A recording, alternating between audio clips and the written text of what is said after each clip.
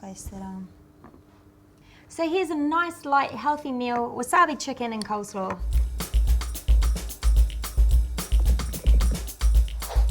After the break, I'll show you how to make a creative and tasty dessert, poached pears in a chilli chocolate basket.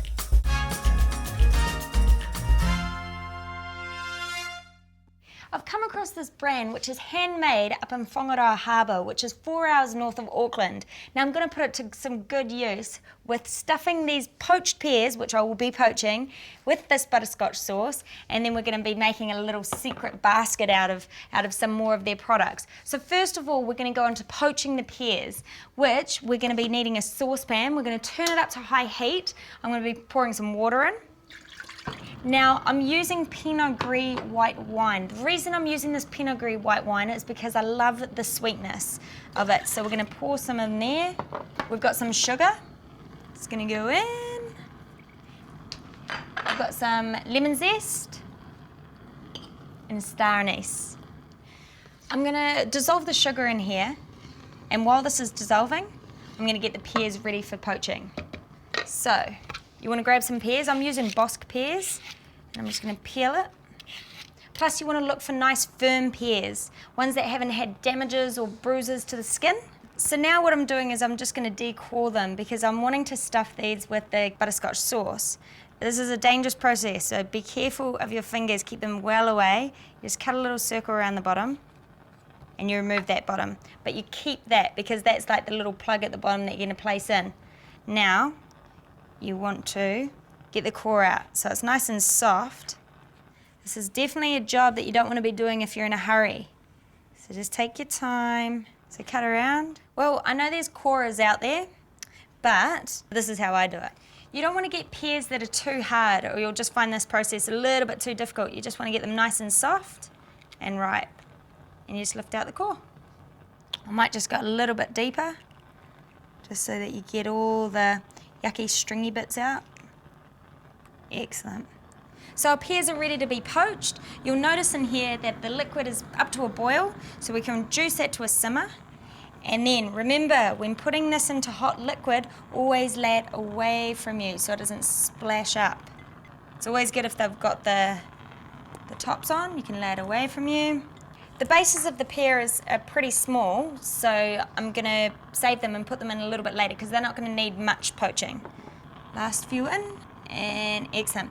Now you'll have a look in here and you'll see the poaching liquid comes halfway up the pear.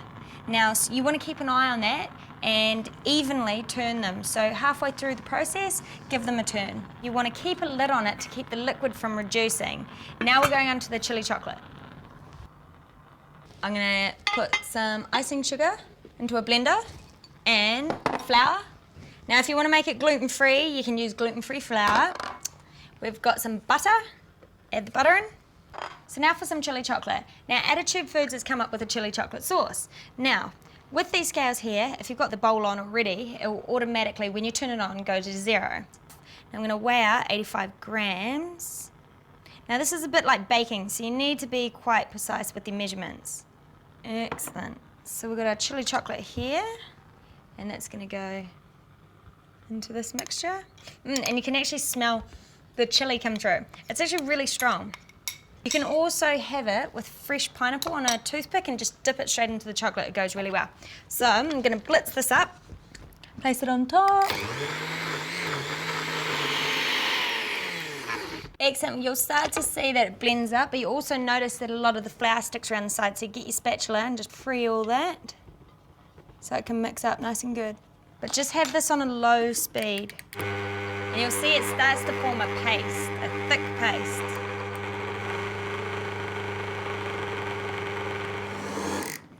Now that it's all mixed up, you just want to make sure that you get no little bits of flour left over.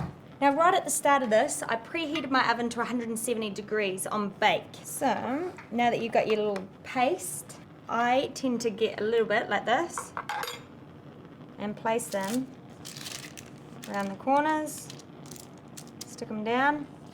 So the whole reason I do this is so that your baking paper doesn't flap around in the oven. Now, another little tip is do 1 basket to 1 piece of baking paper. Don't try and put 2 or 3 or 4 on the same baking paper because you'll see why. So I've got 1 bit of baking paper here.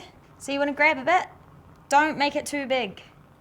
Little ball, just like that, place it in the middle and just flatten it out. Now I tend to make it fatter slightly on the outside and thinner in the middle, but make sure that you don't break it. Don't put it too close to the edge of the baking paper because they do spread out while cooking. Now this is ready to go in the oven.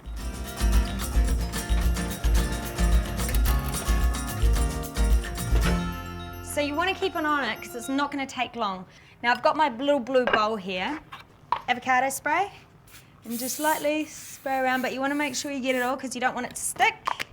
Now this is going to be your mold. This is what you're going to mold your basket around, but you've got to watch your molds. Now onto the pears real quickly because you've got to remember to check the pears because you don't want them to burn and catch on fire. So have a little look. So you give them a good turn, there you go, and you make sure that they're getting evenly poached all the way around, but be careful with them, be gentle because they are going to be nice and soft. Cover it back up, don't leave the lid off. That's ready to go. Let's go check on our little baskets cooking. Ooh, they're starting to bubble. Now this is what you're looking for, but it will start to bubble all the way through. But then once it starts to bubble, you have to let it go a little bit. It goes to nearly burning point before you have to bring it out because you have to make sure it's cooked. Alright, careful, this is hot, excellent. So it's ready to flip. Place it over, and there you go, there's your basket. So you want to leave your baskets like this to cool, and we're going to check on our pears. They've been poaching for a while now. So we're just going to check for doneness. Grab yourself a fork and just push, and you'll see that it's rather tender all the way through, so they're perfect, they're ready to go. So while the basket's cooling, I'm going to grab out a pear, which I've cooled right down because I like to just work with the colder pears. And you'll see, I've drained the liquid. Now save the liquid, don't throw it away because you can reuse it. Just put it in an airtight container and you'll be sweet to go again with it. Now our butterscotch sauce. You will have to put this in the microwave, but remove the lid, put it in the microwave for a little bit so that it mixes up because there's no emulsifiers in here, which means it's all good products, no additives, preservatives, anything like that. Just give it a good mix up so it's nice and liquidy. Now, our basket should be nice and cool now. Look at that. Perfect. And you'll find, listen, it's hard, okay, hard as rock. But you have to move quickly because remember what I said, you've got the bottom, and we're going to be filling this up with butterscotch sauce. Oh yeah, look at that goodness. So I'm going to just place the little lid in the bottom. Now it will start to ooze out, so you want to serve this straight away as you're doing it. So turn it upside down, place it in here, stand it up. Excellent, look at that.